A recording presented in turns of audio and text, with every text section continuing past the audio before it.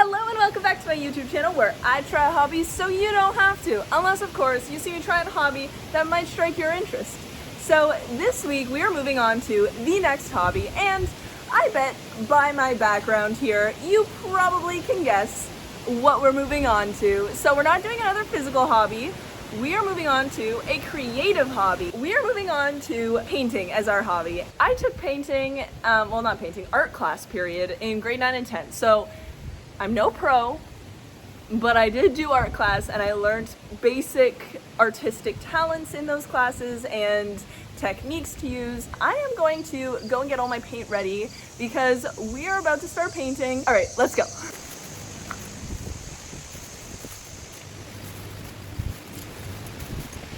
So as you can tell, I am no longer wearing my rosé all day sweatshirt.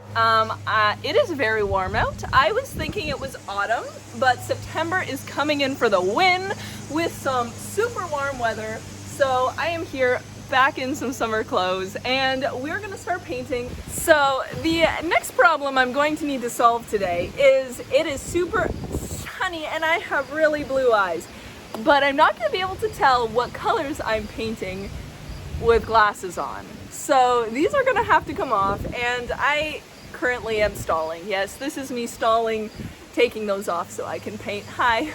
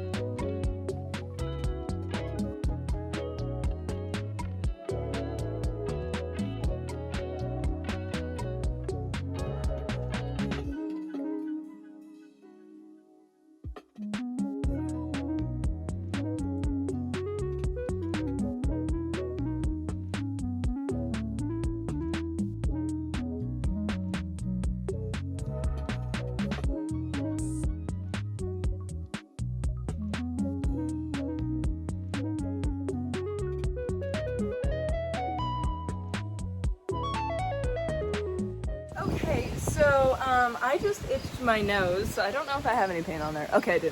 But I already have my hands full of paint. I didn't know if you knew this, but I actually did this via finger painting. False advertisement with having the brush there. That was just for looks. This was all done finger painting. Gonna wash my paint palette thing off and put just black paint down, and we'll get started on painting the foreground of this paint. I had a plan to do kind of a silhouette of like a profile of a girl. I feel like it kind of look cool. I'm gonna wing it. I'm kind of nervous. This is the part about painting that gives me a lot of anxiety because I don't know if it's gonna turn out well, and it's going on top. This isn't the background now, this is the foreground, and when I am working on the foreground, you know this is what people are seeing. If any mistakes you make, it is on full display. So I feel a little bit nervous, but we're gonna make it happen. And I'm gonna start with a fine brush like this one to paint the outline of, whoop, that is a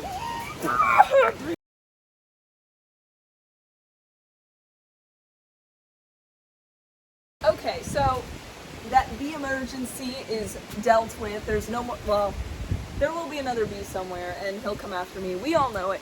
But since that has been dealt with for now, we can move on to actually doing the silhouette idea I had, starting with this fine brush to make the outline. And I'm gonna stop procrastinating it and just make it happen.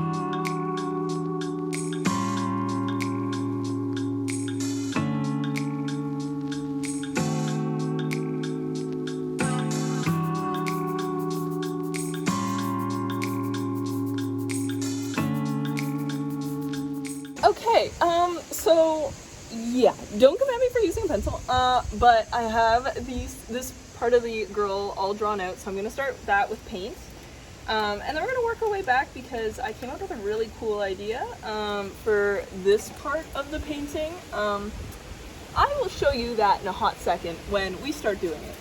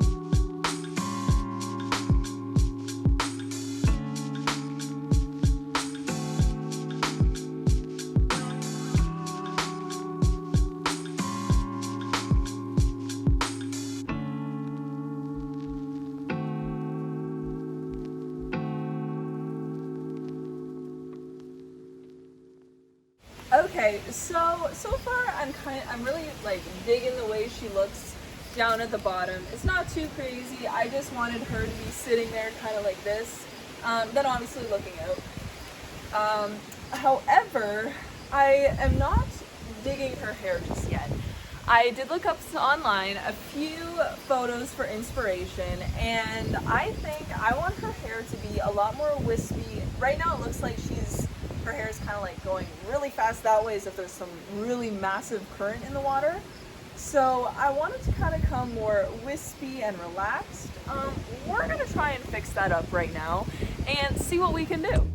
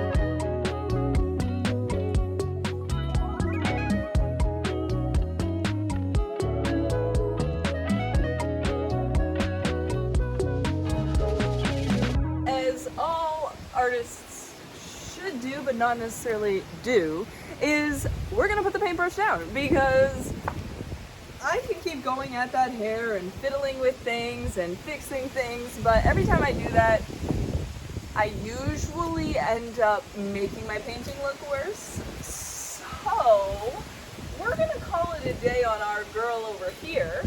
And I think I did a lot better with fixing up her hair, because it certainly looks like a lot less like she's in the middle of a current and the current is pushing her hair, and a lot more like she's just sitting in the water. And also I added like highlights up top, just because like I figure if the sun is here, it's probably highlighting her hair a bit, makes it look a little more realistic.